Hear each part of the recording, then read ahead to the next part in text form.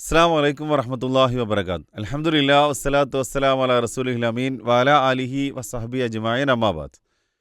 വളരെ ഹൃദ്യമായി piece radio സ്നേഹക്കൂടിലേക്ക് എല്ലാവരെയും സ്വാഗതം ചെയ്യുകയാണ്.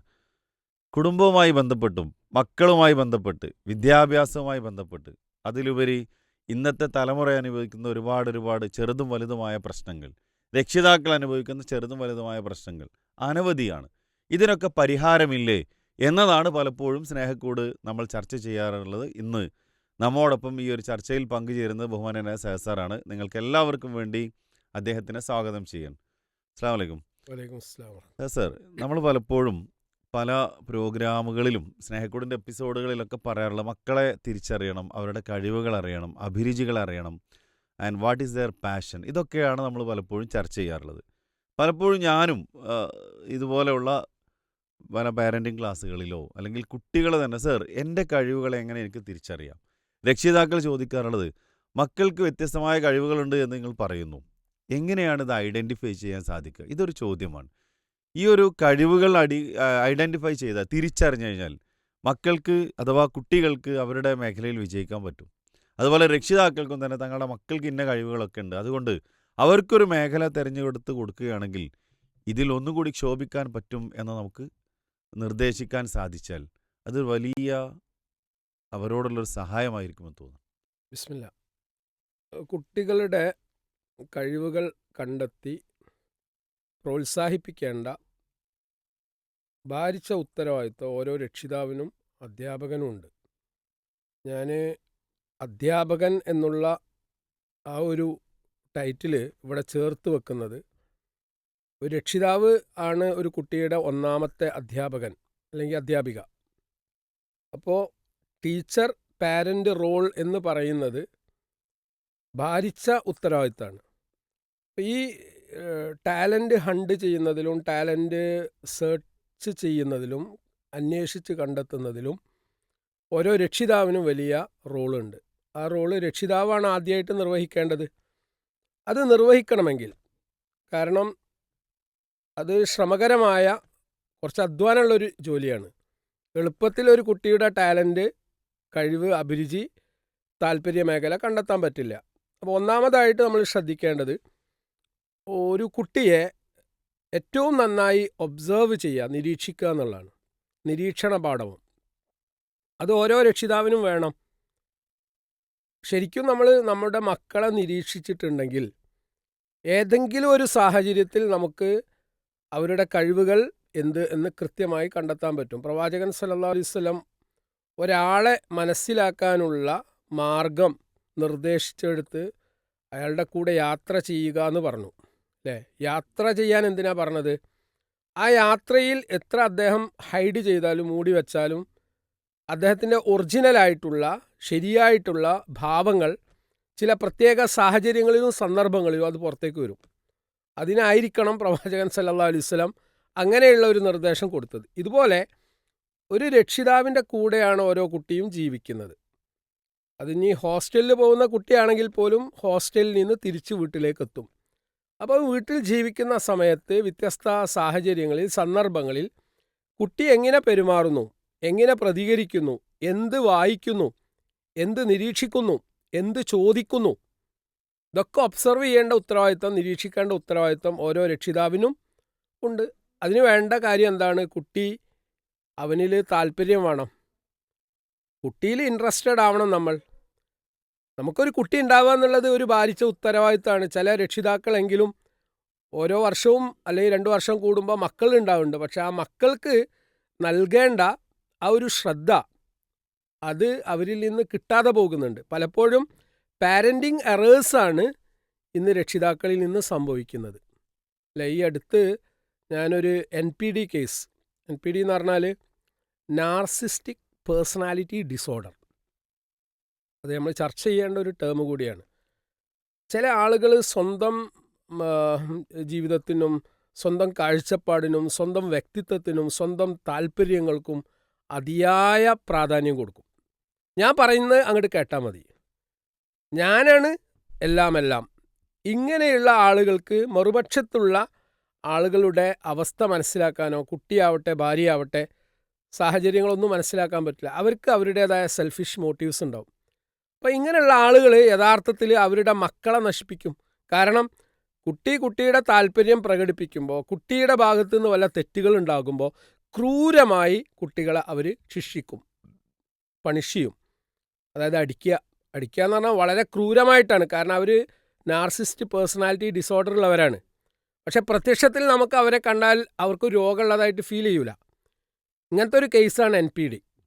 അപ്പോൾ ഇങ്ങനെയുള്ള ആളുകളുടെ മക്കൾ വലിയ പ്രശ്നങ്ങൾ അനുഭവിക്കുന്നുണ്ട് അല്ലേ. കരിയറിൽ അവർക്ക് വലിയ താല്പര്യമുണ്ട്. ഫോർ എക്സാമ്പിൾ, ഒരു നല്ല ശാസ്ത്രജ്ഞയാവാനാണ് അവൾ ആഗ്രഹിക്കുന്നത്. പക്ഷേ ഉപ്പാക്ക് ആ ആഗ്രഹമില്ല, താല്പര്യമില്ല. ഉപ്പയുടെ ആഗ്രഹം വേറൊന്നാണ്. അപ്പോൾ കുട്ടിയെ ഒബ്സർവ് ചെയ്യാത്തതാണ് ഈ കുട്ടിയെ ഇത്തരം കാര്യങ്ങളിലേക്ക് നിർബന്ധിപ്പിക്കാൻ അവരെ പ്രേരിപ്പിക്കുന്നത്. അപ്പോൾ ആദ്യമായിട്ട് നമ്മൾ ചെക്ക് ചെയ്യേണ്ടത് കുട്ടിയെയാണ്. കുട്ടിയെ മനസ്സിലാക്കുക എന്നുള്ളതാണ്. കുട്ടിയെ മനസ്സിലാക്കാനുള്ള ഒരുപാട് സന്ദർഭങ്ങൾ നമ്മുടെ ജീവിതത്തിലുണ്ട്. പ്രത്യേകിച്ച് ഭാവനാപരമായിട്ടുള്ള പ്രവർത്തനങ്ങളാണോ കുട്ടിക്കുള്ളത്. അപ്പോൾ ചെറുപ്പത്തിൽ തന്നെ നമ്മൾ നിരീക്ഷിച്ച് കാണാൻ പറ്റും ചില കുട്ടികൾ അധ്യാപകനായിട്ട് കളിക്കുന്നത്, അല്ലെങ്കിൽ ഡോക്ടറായിട്ട് അഭിനയിക്കുന്നത് അല്ലേ. അപ്പോൾ കുട്ടിയെ കാണുന്ന സന്ദർഭത്തിൽ നമുക്ക് മനസ്സിലാക്കാൻ പറ്റും പാഠ്യേതര പ്രവർത്തനങ്ങളിൽ, ഇപ്പോൾ ചിത്രം വരയ്ക്കുക, സംഗീതം ഉപയോഗിക്കുക, ഇങ്ങനെയൊക്കെയുള്ള കാര്യത്തിൽ കളിക്കുന്ന സമയത്ത് തന്നെ നിർമ്മാണാത്മകമായ കളികളുണ്ട്, ക്രിയേറ്റീവായിട്ടുള്ള കളികളുണ്ട്. അതിലാണോ കുട്ടിക്ക് താല്പര്യമുള്ളത്? എന്നാൽ പിന്നെ ഈ താല്പര്യം നമ്മൾ അറിയാതെ നമ്മൾ കുട്ടിയെ ഏതെങ്കിലും കോഴ്സിന് പറഞ്ഞയച്ചിട്ടുണ്ടെങ്കിൽ അത് വലിയ ഫ്ലോപ്പായിട്ട് മാറും. കുട്ടികളുടെ കഴിവുകൾ കണ്ടെത്താൻ ആദ്യം നമ്മൾ ചെയ്യേണ്ട ഒരു കാര്യം കണ്ടിന്യൂസ് ഒബ്സർവേഷനാണ്. നമ്മുടെ മക്കളെ നിരീക്ഷിക്കാൻ നമുക്ക് സാധിക്കണം. അവരുടെ കുഞ്ഞുനാളുകൾ മുതലുള്ള ഓരോ സ്റ്റെപ്പുകൾ. അപ്പോൾ അവിടെ സവിശേഷമായ ഒരുപാട് കാര്യങ്ങൾ കണ്ടെത്താനും തിരിച്ചറിയാനും നമുക്ക് സാധിക്കുമെന്നുള്ളതാണ്. അപ്പോൾ കുട്ടികൾ കളിക്കുന്ന ഉപകരണങ്ങൾ, അതിൽ കൺസ്ട്രക്റ്റീവ് ആയിട്ടുള്ള ഉപകരണങ്ങളുണ്ട് എന്നുള്ളതാണ്. അതുപോലെ ഡിസ്ട്രക്റ്റീവ് ആയിട്ടുള്ള കാര്യങ്ങൾ. രണ്ടും പറഞ്ഞു കഴിഞ്ഞാൽ, ഒന്ന് പുതിയ കാര്യങ്ങൾ കണ്ടെത്തി നിർമ്മിക്കാനുള്ള കാര്യങ്ങളാണ്. അങ്ങനെയുള്ള ഗെയിമുകൾക്കാണ്, അങ്ങനെയുള്ള കളികൾക്കാണ്, അങ്ങനെയുള്ള പ്രവർത്തനങ്ങൾക്കാണ് രക്ഷിതാക്കളെ നമ്മൾ കുട്ടികളെ മോട്ടിവേറ്റ് ചെയ്യേണ്ടതാണ്. ഈ ഡിസ്ട്രക്റ്റീവ് എന്നുള്ള പറഞ്ഞു വെച്ചാൽ എല്ലാം നശിപ്പിക്കുന്ന, തകർക്കുന്ന, ഇപ്പോൾ പലപ്പോഴും ആ രൂപത്തിലുള്ള കാര്യങ്ങൾ, മറ്റുള്ളവരെ ആക്രമിക്കാനുള്ളൊരു സ്വഭാവം പോലും പലപ്പോഴും വരുന്നത് ഇതുപോലുള്ള ഗെയിമുകളിലൂടെയും കളികളിലൂടെയൊക്കെയാണെന്നുള്ളതാണ്. അപ്പോൾ അവിടെ രക്ഷിതാക്കളായ നമുക്ക് നമ്മുടെ മക്കളുടെ കഴിവുകൾ തിരിച്ചറിയാൻ അവരെ കണ്ടിന്യൂസ് ആയിട്ട് ഒബ്സർവ് ചെയ്യുക, നിരീക്ഷിക്കുക. ആ നിരീക്ഷണത്തിൽ ചെറുപ്പം മുതലേ നിരീക്ഷിക്കുമ്പോൾ നല്ല ഗുണങ്ങൾ വരുമ്പോൾ ആ നല്ല ഗുണങ്ങളെ അപ്രീഷിയേറ്റ് ചെയ്യാൻ നമുക്ക് സാധിക്കണം. അവിടെ എവിടെയെങ്കിലുമൊക്കെ തിരുത്തേണ്ട കാര്യങ്ങളുണ്ടെങ്കിൽ ഗുണപരമായി ഗുണദോഷിക്കാനും നമുക്ക് സാധിക്കണം. അപ്പം നിരന്തരം നിരീക്ഷണമാവട്ടെ നമ്മുടെ ഒന്നാമത്തെ ക്വാളിറ്റി. അവിടെ നിങ്ങൾ പറഞ്ഞതിലേക്കൊന്ന് ആഡ് ചെയ്യാണ്. നമ്മൾ ഈ കളിപ്പാട്ടങ്ങൾ, ടോയ്സ് വാങ്ങിക്കൊടുക്കും. നമ്മൾ ശരിക്കും ശ്രദ്ധിക്കേണ്ട ഒരു കാര്യം, കൺസ്ട്രക്റ്റീവ് ആൻഡ് ഡിസ്ട്രക്റ്റീവായ ടോയ്സ് ഉണ്ട് അല്ലേ. ഇന്ന് നമ്മൾ ഡിസ്ട്രക്റ്റീവായ, ഫോർ എക്സാമ്പിൾ തോക്ക് അല്ലെ, കളിത്തോക്കുകൾ, ഇത് കുട്ടികൾക്ക് നമ്മൾ വാങ്ങിക്കൊടുക്കുമ്പോൾ നമ്മൾ അതിനെക്കുറിച്ച് ചിന്തിക്കില്ല. കുട്ടി ചോദിക്കണമൊക്കെ നമ്മൾ വാങ്ങിക്കൊടുക്കുക. കുട്ടി ഇത് ചോദിക്കാൻ കാരണം എന്താണ്? കുട്ടി ഗെയിം എഡിക്ഷനിലേക്ക് പോയിട്ടുണ്ടെങ്കിൽ അത്തരത്തിലുള്ള വയലൻ്റ് ബിഹേവിയറിനെ പ്രൊമോട്ട് ചെയ്യുന്ന കളിപ്പാട്ടങ്ങളായിരിക്കും കുട്ടി ചോദിക്കുക. ഇത് രക്ഷിതാക്കൾ അറിയാതെ വാങ്ങിക്കൊടുക്കുമ്പോൾ അത് അവൻ്റെ മനസ്സിൽ ഒരു മോട്ടിവേഷൻ ആവുകയാണ്. എന്നാൽ അത്തരം കളിപ്പാട്ടങ്ങൾ വാങ്ങിക്കൊടുക്കാതെ കൺസ്ട്രക്റ്റീവായ അല്ലെങ്കിൽ ക്രിയേറ്റീവായ സൃഷ്ടിപരമായിട്ടുള്ള നവീനമായ ചിന്ത ഉണർത്തുന്ന നല്ല കളിപ്പാട്ടങ്ങൾ വാങ്ങിക്കൊടുത്തിട്ടുണ്ടെങ്കിൽ സ്വാഭാവികമായിട്ടും കുട്ടിയുടെ പേഴ്സണാലിറ്റി ഗ്രോത്തിൽ അത് പങ്കുകൊള്ളും. ഇത് നമ്മൾ ശ്രദ്ധിക്കാതെ പോകുന്ന ഒരു കാര്യമാണ്. യഥാർത്ഥത്തിൽ ശരിക്കും മനസ്സിലാക്കേണ്ട ഒരു സംഗതി ന്യൂറോ മാർക്കറ്റിംഗ് എന്ന് പറഞ്ഞൊരു സംഭവമുണ്ട്. അത് വളരെ ലളിതമാണ്, വലിയ ബുദ്ധിയൊന്നും അതിന് വേണ്ട. ഇപ്പം നിങ്ങൾ ഒരു സൂപ്പർ മാർക്കറ്റിൽ കയറി കഴിഞ്ഞാൽ, ഇപ്പോൾ ലുലു മാർക്കറ്റോ അല്ലെങ്കിൽ നെക്സ്റ്റോ പോലുള്ള സൂപ്പർ മാർക്കറ്റിലൊക്കെ നമ്മൾ കയറിയാൽ, ഹൈപ്പർ മാർക്കറ്റിൽ കയറി കഴിഞ്ഞാൽ സാധനങ്ങൾ അവിടെ പ്ലേസ് ചെയ്തതിൽ ഒരു മനഃശാസ്ത്രമുണ്ട്. നമ്മുടെ മക്കളെ എങ്ങനെ ഈ പ്രലോഭിപ്പിച്ചുകൊണ്ട് സാധനങ്ങൾ വാങ്ങിപ്പിക്കണം എന്ന് അവർക്കറിയാം. അതുകൊണ്ട് ഒരാൾ അവിടേക്ക് കയറി ചെല്ലുമ്പോൾ ആദ്യം എന്ത് വാങ്ങും അവർക്ക് ധാരണ ഉണ്ട്. അതിനനുസരിച്ചാണ് അവിടെ സാധനങ്ങൾ എക്സിബിറ്റ് ചെയ്യുക. പ്രത്യേകിച്ച് ഈ സ്വീറ്റ്സ് ഐറ്റംസൊക്കെ നോക്കുന്നുണ്ടു, കളിപ്പാട്ടങ്ങൾ നോക്കുന്നുണ്ടു. ഞാനത് എപ്പോഴും ഒബ്സർവ് ചെയ്യുന്ന ആളാണ്. അപ്പം ഞാൻ പറയുന്നത് ഇത് രക്ഷിതാവിനും ധാരണ ഉണ്ടാവേണ്ടതാണ്. കാരണം എൻ്റെ കുട്ടി ഭാവിയിൽ ആരായിത്തീരണം, എന്താവണം, അവൻ്റെ പേഴ്സണാലിറ്റി എന്താവണം, അവനിൽ എന്തൊക്കെ നല്ല ഗുണങ്ങൾ വരണം, അവൻ ആരായിരിക്കരുത്, ഈ 2 ചിന്തയും രക്ഷിതാവിന് നിർബന്ധമായിട്ടും ഉണ്ടാവണം. അപ്പോഴേ ഒബ്സർവേഷൻ ഉണ്ടാവുള്ളൂ. രണ്ടാമത്തെ സംഗതി, കുട്ടികൾ സാധാരണഗതിയിൽ ഒരുപാട് ചോദ്യങ്ങൾ നമ്മോട് ചോദിക്കും. നമ്മൾ ചോദ്യം ചോദിക്കുമ്പോൾ അതൊക്കെ കുട്ടിയല്ലേ എന്ന് വിചാരിച്ച് നമ്മൾ തള്ളാൻ പാടില്ല. കുട്ടികൾ ബുദ്ധിപരമായിട്ടുള്ള വിവേകത്തോടു കൂടി ചിന്ത ഉണർത്തുന്ന വളരെ ക്രിയേറ്റീവായ ക്വസ്റ്റ്യൻസ് ചോദിക്കുമ്പോൾ ആ ചോദ്യങ്ങൾക്ക് മറുപടി പറയണമെങ്കിൽ നമുക്ക് എന്ത് വേണം?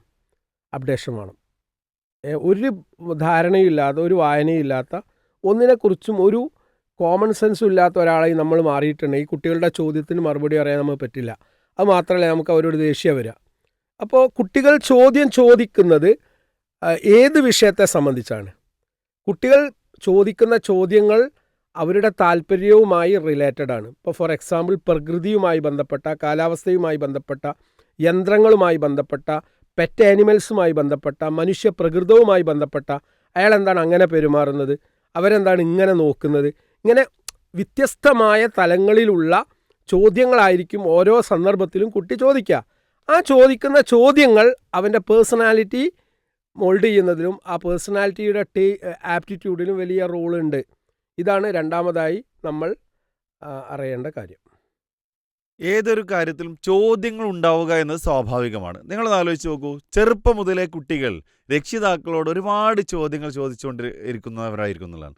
ജീവിതത്തിൻ്റെ ഓരോ ഘട്ടങ്ങൾ ഉയർന്നു വരുമ്പോൾ ആ ചോദ്യങ്ങളുടെ എണ്ണം കുറയുന്നതാണ് നമ്മൾ കാണാറുള്ളത്. എന്തുകൊണ്ട് എന്നുള്ളത് നമ്മളോട് ചോദിച്ചു നോക്കുക.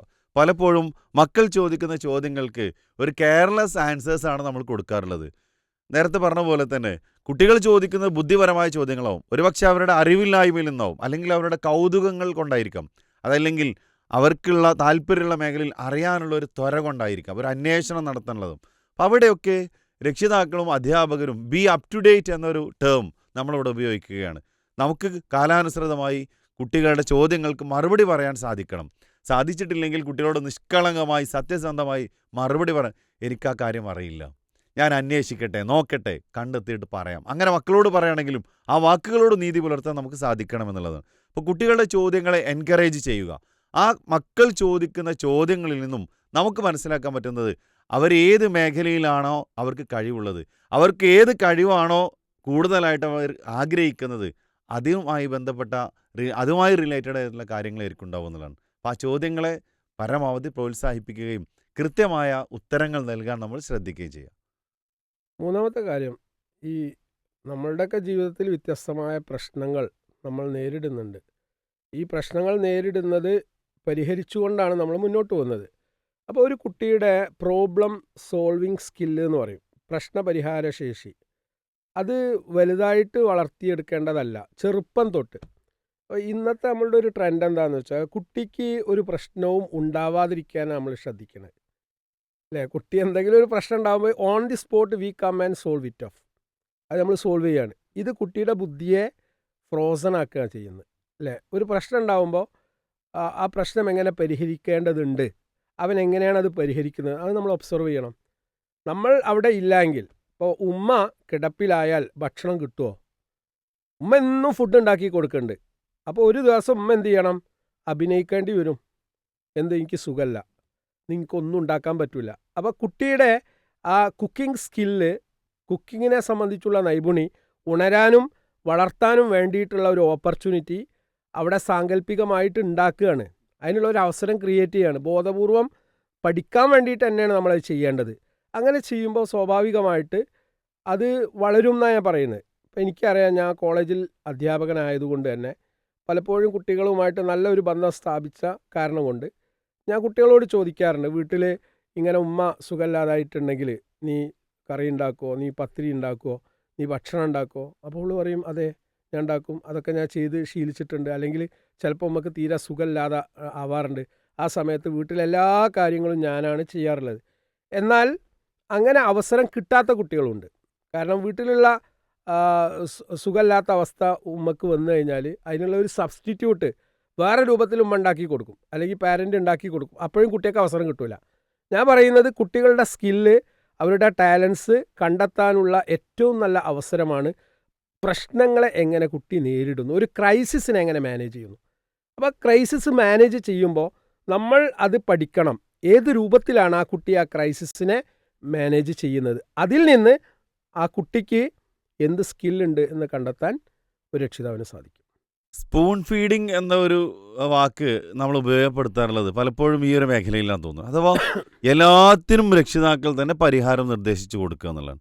അത് മക്കളോടുള്ള സ്നേഹം അല്ല എന്നാണ് പലപ്പോഴും തോന്നാറുള്ളത്. കുട്ടികളാവുമ്പോൾ അവർക്കൊരുപാട് പ്രശ്നങ്ങളുണ്ട്. പലതും അവർ പരിഹരിക്കാൻ പ്രയാസമുള്ള കാര്യങ്ങളുണ്ടാവും. അതൊക്കെ ചെറുപ്പത്തിൽ തന്നെ പരിഹരിച്ച് മുന്നോട്ട് വരികയാണെങ്കിൽ അവർക്ക് ജീവിതത്തിൽ വിജയിക്കാൻ സാധിക്കുള്ളൂ എന്നുള്ളതാണ്. അപ്പം അതുകൊണ്ട് പ്രോബ്ലം സോൾവിങ് സ്കില്ലുകൾ നമ്മുടെ മക്കൾക്ക് എല്ലാവർക്കും ലഭിക്കേണ്ട ഒരു സ്കില്ലാണ്. ആ സ്കില്ല് താനേ മുതിരുമ്പോൾ വലുതാകുമ്പോൾ ഉണ്ടാവുമെന്ന് നമ്മൾ പ്രതീക്ഷിക്കരുത്. കുട്ടികൾക്കിടയിലുള്ള ചെറിയ ചെറിയ കളികളിലൂടെയും തമാശകളിലൂടെയും തർക്കങ്ങളിലൂടെയും അതുപോലെ തന്നെ ഭക്ഷണം കഴിക്കുന്നതിലൂടെയും അങ്ങനെയൊക്കെ ഒരുമിച്ചിരിക്കുമ്പോൾ വരുന്ന ചെറുതും വലുതുമായ ക്രൈസിസുകൾ അവർ തന്നെ പരിഹരിച്ച് അവർ തന്നെ അതിനൊരു സൊല്യൂഷൻ കണ്ടെത്തി വരുന്നതാണ് നല്ലത്. അപ്പോൾ അതിനുള്ള അവസരങ്ങളാണ് രക്ഷിതാക്കൾ ഉണ്ടാക്കി കൊടുക്കേണ്ടത്. അതിനുള്ള അവസരങ്ങളിൽ ബോധപൂർവമായ ഇടപെടൽ നടത്താനും ചിലപ്പോഴൊക്കെ നമ്മുടെ ചില റോളുകൾ അവർക്ക് നൽകേണ്ടതുണ്ടാവും. ആ രൂപത്തിൽ തന്നെ ആവട്ടെ എന്ന് ഇവിടെ പറയുകയാണ്. അതുപോലെ ശ്രദ്ധിക്കേണ്ട ഒരു വിഷയമാണ് കുട്ടികളുമായിട്ട് ഓപ്പൺ കമ്മ്യൂണിക്കേഷൻ. അതൊരു നല്ല അവസരമാണ്. കുട്ടികളുമായിട്ട് ഓപ്പൺ കമ്മ്യൂണിക്കേറ്റ് ചെയ്യുമ്പോൾ സ്കൂളിൽ എന്തൊക്കെ കാര്യങ്ങളാണ് നടന്നത്, അധ്യാപകൻ എന്താണ് സംസാരിച്ചത്, നല്ല ഒരു ഇമോഷണൽ റാപ്പോ വൈകാരികമായ ബന്ധം കുട്ടികളുമായി നമ്മൾ സ്ഥാപിക്കുകയാണെങ്കിൽ, മാതാപിതാക്കളിൽ പ്രത്യേകിച്ച് ഉമ്മയാണല്ലോ കൂടുതൽ സമയം വീട്ടിലുണ്ടാവുക, ആ ഉമ്മയോട് പറയാത്ത ഒരു കാര്യവും ഉണ്ടാവില്ല. എല്ലാം വന്ന് കുട്ടികൾ പറയും. അതിന് ആ ഒരു ക്യൂരിയോസിറ്റി, ആ ഒരു ജിജ്ഞാസ, ആ ഒരു താല്പര്യം ഉമ്മക്ക് വേണം. അതായത് സ്കൂളിൽ പഠനമൊക്കെ കഴിഞ്ഞ് ക്ഷീണിച്ച് കുട്ടി വരുമ്പോൾ ഈ കാര്യങ്ങൾ കംപ്ലീറ്റ് എക്സ്പ്ലെയിൻ ചെയ്യാനുള്ള ഒരു മൂഡിലായിരിക്കും കുട്ടി വരിക. അപ്പോൾ നമ്മൾ കുട്ടികളോട് ചാടി അല്ലെങ്കിൽ നീ പോയി കുളിക്ക്, അല്ലെങ്കിൽ വൃത്തിയാക്ക്, ഇതാക്ക് എന്ന് പറഞ്ഞ് പെടുന്നതിനെ ചാടുമ്പോൾ അതോടുകൂടി ആ ഒരു ബലൂണിൽ സൂചി കുത്തിയ ഒരു പ്രതീതിയാണ് ഉണ്ടാവുക. പിന്നെ കുട്ടി ഒന്നും പറയില്ല. കുട്ടി ചിലപ്പോൾ ആ ചെളിയുമായിട്ട് അല്ലെങ്കിൽ ബാഗ് തൂക്കി വരുന്ന സമയത്ത് ആ ബാഗ് വാങ്ങി വെച്ചൊന്ന് അവിടെ ഇരുത്തിയിട്ട് അത് മുഴുവൻ ഒരു 5-10 മിനിറ്റ് കൊണ്ട് കേട്ടു കൊടുക്കുക. B A good listener. ആ ലിസണിങ് എന്നുള്ളത് ആ കുട്ടിയുടെ സ്കില്ല് കണ്ടെത്താൻ, ഇപ്പോൾ ഒരു ഉദാഹരണം, നന്നായിട്ട് സംസാരിക്കാനുള്ള കഴിവ്, ആ കഴിവുണ്ടാവണമെങ്കിൽ സംസാരിക്കാനുള്ള അവസരം കൊടുക്കണ്ടേ? നമ്മൾ സംസാരിക്കുമ്പോഴേക്ക് ഇജ്ജ് മിണ്ടരുത്, നീ മിണ്ടരുത് അല്ലേ? ഈ രൂപത്തിൽ അവരോട് ആക്രോശിക്കുമ്പോൾ പിന്നെ സംസാരിക്കാനുള്ള മൂഡുണ്ടാവില്ല. ഇപ്പോൾ ഈ അടുത്ത് ഒരു രക്ഷിതാവ് ഒരു പ്രീ മാരിറ്റൽ കൗൺസിലിങ്ങിന് വേണ്ടി എന്നെ വിളിച്ചപ്പോൾ അതിൻ്റെ ഒരു വോയിസ് ഇട്ടു. അപ്പോൾ മോനെക്കുറിച്ച് പറഞ്ഞ ഒരു സംഗതി എന്താ, ആദ്യമേ ഈ കുട്ടി ഇൻട്രോവേർട്ടാണ്, അതായത് അധികം ആളുകളോട് സംസാരിക്കാത്ത പ്രകൃതമാണ്. അതിനിടയിൽ ഗൾഫിലാണ് ഈ കുട്ടി വളർന്നത്. പിന്നെ നാട്ടിലേക്ക് വന്നു. നാട്ടിൽ വന്ന സമയത്ത് ഒരു 6 മാസത്തോളം പിന്നെ ഞങ്ങളാരും അവൻ്റെ കൂടല്ല, വല്യമ്മയുടെ കൂടെയാണ് അവൻ നിന്നത്. അപ്പോൾ ആ കുട്ടിയുടെ സംസാരശേഷി തന്നെ, അല്ലെങ്കിൽ സംസാരിക്കുന്ന ആ താല്പര്യം തന്നെ പറ്റ കുറഞ്ഞിട്ടുണ്ട്. ഇതാണ് ഈ ഉമ്മ ഈ കുട്ടിയെക്കുറിച്ച് പറഞ്ഞത്. അതായത് ഒരു സാമൂഹ്യ സെറ്റപ്പ്, സംസാരിക്കാനുള്ള അയൽവാസികൾ, സുഹൃത്തുക്കൾ, സാഹചര്യങ്ങൾ കുട്ടികൾക്ക് ഇല്ലാതായി കഴിഞ്ഞാൽ പിന്നെ കുട്ടികളെങ്ങനെ സംസാരിക്കുക? അപ്പോൾ സോഷ്യലൈസേഷൻ എന്നുള്ള പ്രോസസ്സ് നടക്കണമെങ്കിൽ അങ്ങനെയുള്ള ഒരു ആംബിയൻസ് നമ്മൾ ക്രിയേറ്റ് ചെയ്യണം. അപ്പോൾ അത് സ്കൂളിൽ കുട്ടിക്ക് കിട്ടേണ്ടതുണ്ട്. ചില കുട്ടികൾക്കെങ്കിലും സംഭവിക്കുന്ന വലിയൊരു പ്രശ്നം എന്താണെന്ന് വെച്ചാൽ അവർ വളരെ സെലക്റ്റഡായ ഫ്രണ്ട്സിനോട് മാത്രമേ സംസാരിക്കുള്ളൂ. അവരുടെ ആ ഒരു വേവ് ലെങ്ത് ഉള്ള ആളുകൾ അവർ കണ്ടെത്തുകയാണ്. എന്നിട്ട് 1-2 കുട്ടികളോട് മാത്രം. അപ്പോൾ സംഭവിക്കുന്ന അബദ്ധം എന്താ? ആ കുട്ടികൾ മറ്റു കുട്ടികളെ മനസ്സിലാക്കുന്നതിൽ പരാജയപ്പെടുന്നു. അവർക്ക് ജീവിതത്തിൽ വരുന്ന ക്രൈസിസ് മാനേജ് ചെയ്യാൻ പറ്റില്ല. അപ്പോൾ കുട്ടികൾക്ക് നമ്മൾ കൊടുക്കേണ്ട ഏറ്റവും വലിയ ട്രെയിനിങ് എന്താണെന്ന് വെച്ചാൽ എല്ലാ തലത്തിലുള്ള ആളുകളുമായിട്ട് ഇടപഴകാനും സംസാരിക്കാനും ബന്ധം സ്ഥാപിക്കാനും അവർക്ക് പറ്റണം. അതിനുള്ള പ്രോത്സാഹനങ്ങൾ രക്ഷിതാവിൻ്റെ ഭാഗത്തു നിന്നുണ്ടാവുക. അതുപോലെ കൂട്ടുകാരുമായിട്ടുള്ള തർക്കങ്ങൾ, പ്രശ്നങ്ങൾ, ബുള്ളിങ്, കളിയാക്കും. കുട്ടികൾ കളിയാക്കുക എന്നുള്ളത് സ്വാഭാവികമാണ്. നമ്മുടെ കുട്ടി ഓവർ പ്രൊട്ടക്ഷനോടുകൂടി, ഓവർ കെയറോടുകൂടി, ഓവർ സ്നേഹത്തോടുകൂടി വളർന്ന ഒരു കുട്ടിയാണെന്ന് വിചാരിച്ചോ, ചോദിക്കുന്നതൊക്കെ കുട്ടിക്ക് കിട്ടിയിട്ടുണ്ട്. ഒന്നും നമ്മൾ നെഗറ്റീവ് ചെയ്തിട്ടില്ല. നോ എന്നുള്ള വാക്ക് തന്നെ രക്ഷിതാവ് ഉമ്മയും പറഞ്ഞില്ല, ഉപ്പയും പറഞ്ഞില്ല. എന്നാൽ ഹോസ്റ്റലിലെത്തുമ്പോൾ അല്ലെങ്കിൽ സ്കൂളിലെത്തുമ്പോൾ പലതിനും ഒബ്ജക്റ്റ് ചെയ്യുന്ന ഫ്രണ്ട്സാണ് അവിടെ ഉണ്ടാവുക. അപ്പോൾ അവരാകെ ഫ്രസ്ട്രേറ്റഡ് ആവുകയാണ്. യഥാർത്ഥത്തിൽ ആ ക്രൈസിസിനെ മാനേജ് ചെയ്യാനുള്ള ഒരു സ്കില്ല്, കോപ്പിംഗ് മെക്കാനിസം എന്ന് പറയും, അത് കുട്ടിക്ക് ഉണ്ടാവുന്ന അവിടുന്നാണ്. കളിയിൽ കുട്ടി പങ്കെടുക്കുമ്പോൾ, ഫുട്ബോൾ കളിക്കുമ്പോൾ ഒരുപാട് കാര്യങ്ങൾ അവിടെ നടക്കുന്നുണ്ട്. Team work, team communication, crisis management, ഇതൊക്കെ കുട്ടികളെ നമ്മൾ അനുവാദം കൊടുക്കണം. NSS പോലെയുള്ള ആക്ടിവിറ്റീസ്, NSSൻ്റെ ആക്ടിവിറ്റീസിൽ കുട്ടികൾ പങ്കെടുക്കുമ്പോൾ ഇതുപോലെയുള്ള ഒരുപാട് അവസരം കുട്ടികൾക്ക് കിട്ടുന്നുണ്ട്. അപ്പോൾ ബോധപൂർവം നമ്മൾ അത്തരം അവസരങ്ങൾ കുട്ടികൾക്ക് പ്രദാനം ചെയ്യുക എന്നുള്ളതാണ് കുട്ടികളുടെ അഭിരുചികൾ, കഴിവുകൾ കണ്ടെത്താനുള്ള പ്രധാനപ്പെട്ട മറ്റൊരു മാർഗം. ഈ കളിക്കോപ്പുകളുമായി ബന്ധപ്പെട്ട കാര്യങ്ങൾ നമ്മൾ നേരത്തെ പറഞ്ഞപ്പോൾ ഒരു വലിയ സ്ഥാനത്തിരിക്കുന്ന ഒരു സ്ഥാപനത്തിൻ്റെ ഒരു എഞ്ചിനീയർ എന്ന് പറഞ്ഞാൽ അദ്ദേഹമാണ് അതിൻ്റെ MD. അദ്ദേഹത്തിനായിട്ടുള്ളൊരു ഇൻ്റർവ്യൂവിൽ അദ്ദേഹം പറയുന്നുണ്ട്, ഞാൻ എങ്ങനെ എഞ്ചിനീയറായി എന്ന് എന്നോട് പലപ്പോഴും പലരും ചോദിക്കാറുണ്ട്. 2 കാരണങ്ങളാണ് അതിനുള്ളത്. ഒന്ന്, എനിക്ക് എൻ്റെ പേരൻസ് ചെറുപ്പത്തിൽ തന്നെ വാങ്ങിത്തന്നത് ഇങ്ങനെ പുതുതായി പല കാര്യങ്ങളും ഉണ്ടാക്കാനുള്ളൊരു മെക്കാനിക്കൽ എബിലിറ്റി എന്നെ വളർത്തുന്ന കാര്യമാണ്. രണ്ടാമത്തത്, ചെറുപ്പം മുതലേ ഞാൻ ഒരുപാട് സംസാരിക്കുന്നത് ഇഷ്ടപ്പെട്ടിരുന്നു. അതുകൊണ്ട് സ്കൂൾ വിട്ട് കഴിഞ്ഞ് വീട്ടിലേക്ക് എത്തുമ്പോൾ എൻ്റെ ഉമ്മ എന്നോട് ചോദിക്കും, ഇന്ന് എന്തൊക്കെയാണ് പഠിപ്പിച്ചത്. ഞാനത് കാത്തിരിക്കും. അന്ന് സ്കൂളിൽ നടന്ന മുഴുവൻ കാര്യങ്ങളെക്കുറിച്ചും ഒരു ഷോർട്ടായിട്ട് എന്ത് ചെയ്യും, ആ ഉമ്മനോട് ഞാൻ അങ്ങനെ പറയും. അപ്പോൾ ഉമ്മ ചിലതൊക്കെ ഞാൻ ചെയ്തതിനെക്കുറിച്ച് വിമർശിക്കും, ചിലത് നന്നായി എന്ന് പറയും. അങ്ങനെയുള്ള ഒരു എന്നെ ഫോം ചെയ്തതിൽ ആ സംസാരത്തിന് വലിയ പങ്കുണ്ടെന്നുള്ളതാണ്. അപ്പോൾ കമ്മ്യൂണിക്കേഷനുമായി ബന്ധപ്പെട്ട് നമുക്ക് പറയുമ്പോൾ നോർമലി നമ്മളൊക്കെ പറയാറുള്ളൊരു കാര്യം, 3 minute magic in 3 time in life it will change your life എന്ന് പറയാറുണ്ട്. 3 മിനിറ്റ് 3 നേരം ഒരു ദിവസത്തിൽ, അഥവാ ആദ്യത്തെ ഒരു 3 മിനിറ്റ് എന്ന് പറയണത് കുട്ടികൾ എഴുന്നേറ്റ് വരുന്ന രാവിലെയുള്ള ആ ഒരു ഫ്രഷ് ടൈം 3 മിനിറ്റ് രക്ഷിതാക്കൾ മക്കളുടെ കൂടെ ഒന്നിരിക്കുക. അവിടെ ആ ഉറക്കത്തിനെ കുറിച്ച് ചോദിക്കാം, നന്നായിട്ട് ഉറങ്ങിയില്ലേ, പ്രാർത്ഥനകൾ ചൊല്ലിക്കൊടുക്കാം. പിന്നീട് ആ കുട്ടികൾ തന്നെ ആ പ്രാർത്ഥന ഏറ്റ് ചൊല്ലിക്കൊള്ളും. സ്വാഭാവികമായിട്ട് കുറേ കാലം കഴിയുമ്പോൾ കുട്ടികൾ ഓട്ടോമാറ്റിക്കലി രാവിലെ എഴുന്നേറ്റ് വരും. അവർ ആ ഉറക്കത്തിനെ കുറിച്ച് നല്ല കുറച്ച് വാക്കുകൾ ബോധപൂർവ്വം ആ സമയം പറയാം. രണ്ടാമത്തെ ഒരു 3 മിനിറ്റ് എന്ന് പറയുന്നത് വൈകുന്നേരം നമ്മുടെ മക്കൾ അവരുടെ വിദ്യാലയങ്ങളിൽ നിന്ന് തിരിച്ചു വരുന്ന സമയത്തുള്ള 3 മിനിറ്റാണ്. അത് ചെറിയ കുട്ടികളാവട്ടെ, മുതിർന്ന കോളേജ് തലത്തിൽ ഏത് ഉയർന്ന മേഖലയിൽ പഠിക്കുന്ന കുട്ടികളാണെങ്കിലും അവർക്കൊക്കെ ആ ഒരു സമയം നമ്മൾ കൊടുക്കണമെന്നാണ്. ആ തിരിച്ചു വരുന്ന സമയത്ത് അവരെ കൂടെ ഒരു 3 മിനിറ്റ് മിനിമം നമ്മൾ ചിലവഴിക്കുക. ആൻഡ് ദ തേർഡ് 3 മിനിറ്റ്സ്, അവസാനത്തെ ഒരു 3 മിനിറ്റ് എന്ന് പറയുന്നത് രാത്രി കിടക്കാൻ പോകുന്ന സമയത്തുള്ളൊരു 3 മിനിറ്റ്. അവിടെയും നമുക്ക് വേണമെങ്കിൽ ആ ബെഡ്ഷീറ്റൊക്കെ ഒന്ന് കുടഞ്ഞു കൊടുക്കാം, അതുപോലെ കിടക്കാൻ വേണ്ട സൗകര്യങ്ങളൊക്കെ ഒരുക്കി കൊടുക്കാം. എന്നിട്ട് പ്രാർത്ഥനകളൊക്കെ ചൊല്ലി നന്നായിട്ട് ഉറങ്ങിക്കോളൂ കേട്ടോ എന്ന് പറഞ്ഞ് കെട്ടിപ്പിടിച്ച് ഒരു ഉമ്മയൊക്കെ കൊടുത്ത് നമ്മുടെ മക്കളെ ഒരു നല്ലൊരു സംസാരത്തോട് കൂടിയിട്ട് ഉറക്കാൻ നമുക്ക് സാധിച്ചു കഴിഞ്ഞാൽ, പലപ്പോഴും ഇതൊക്കെ ചെയ്യുമ്പോൾ എന്താ അറിയുക, നമ്മൾ വിചാരിക്കുക വലിയ കുട്ടികളോടൊക്കെ എങ്ങനെ ഞാനിത് ചെയ്യാമെന്നാണ്. പക്ഷെ ഇതൊക്കെ വേണമെന്നതാണ് നമ്മുടെയൊക്കെ ലൈഫിൽ നമ്മളൊക്കെ അനുഭവിക്കുന്ന ഒരു അത് കാര്യം. മാത്രമല്ല സാർ, ഇപ്പം നിങ്ങളിത് പറഞ്ഞപ്പോൾ എനിക്ക് തോന്നുന്നത്, ഈ ചെറുപ്പത്തിൽ വേണ്ട രൂപത്തിലുള്ള പരിഗണന, ശ്രദ്ധ, തലോടൽ, കെയറിങ് കിട്ടാതെ വന്നേക്കാം. ചിലപ്പോൾ 2 കുട്ടികൾ അടുത്തടുത്തുണ്ടായി എന്ന് വിചാരിച്ചോ, ഈ സമയത്ത് ഇപ്പോൾ നിങ്ങൾ ശ്രദ്ധിച്ചിട്ടുണ്ടാവും, ചില കുട്ടികളൊക്കെ ഈ സക്ക് ചെയ്യുന്ന അവരുടെ ഫിംഗേഴ്സ്, ഈ ഫിംഗർ സക്കിങ് ചെയ്യാനുള്ള വിരൽ പിന്നെ ഇത് സക്ക് ചെയ്യാനുള്ള പ്രധാനപ്പെട്ട കാരണം അവർക്ക് കിട്ടേണ്ട ആ ഒരു ചൈൽഡ്ഹുഡ് അല്ലെങ്കിൽ ആ ഒരു കെയർ വേണ്ടത്ര കിട്ടിയിട്ടില്ല എന്നുള്ളത് തന്നെയാണ്. അപ്പോൾ അത് കിട്ടാൻ വേണ്ടി അവർ ആഗ്രഹിക്കുന്നുണ്ട്. അപ്പോൾ കിട്ടാതെ വരുമ്പോൾ അവർക്ക് ഒരുപാട് ഫ്രസ്ട്രേഷൻ ഉണ്ടാവുന്നുണ്ട്. ഇത് രക്ഷിതാക്കളായ നമ്മൾ മനസ്സിലാക്കേണ്ടതാണ്. അതുപോലെ കിടന്നുറങ്ങുന്ന സമയത്ത് ഉമ്മ വെക്കുക, ഹഗ് ചെയ്യുക, അവരോട് പോസിറ്റീവ് ലാംഗ്വേജ് സംസാരിക്കുക, കുറ്റപ്പെടുത്താതിരിക്കുക. ഉറങ്ങുന്ന സന്ദർഭത്തിലും ഉണരുന്ന സമയത്തും. ഇപ്പോൾ ലേറ്റായിട്ടാണ് കുട്ടി ഉണരുന്നതെങ്കിൽ പോലും നമ്മളൊക്കെ സാധാരണ കേൾക്കാറ് എന്താണ്, തെറി അഭിഷേകമാണ് അല്ലേ. ഇന്നിപ്പോൾ ഉമ്മൻ്റെ തെറി അഭിഷേകം അല്ലെങ്കിൽ ഉപ്പൻ്റെ കിട്ടാൻ പോകുന്നുണ്ട്. ഒരിക്കലും ആ സമയത്ത് ഫസ്റ്റ് എഴുന്നേറ്റ് വരുമ്പോൾ പല കാരണങ്ങൾ കൊണ്ടായിരിക്കും അവർ എഴുന്നേൽക്കാതിരിക്കുന്നത്. അതിനുള്ള സാഹചര്യം മാറ്റേണ്ടത് നമ്മൾ തന്നെയാണ്. പക്ഷേ ആദ്യമായി കേൾക്കുന്നത് ഷൗട്ടിംഗ് ആണ് അല്ലെങ്കിൽ തെറിയാണെങ്കിൽ, മോശപ്പെട്ട സംസാരമാണെങ്കിൽ അന്നത്തെ ദിവസം ആ കുട്ടി തീരുമാനിക്കുകയാണ്, ഇന്നിപ്പോൾ ഏതായാലും ഇത് കേട്ട് അല്ലേ. ഈ ഒരു സിറ്റുവേഷൻ നമ്മളൊന്ന് ഭാവനയിൽ കരുതൂ.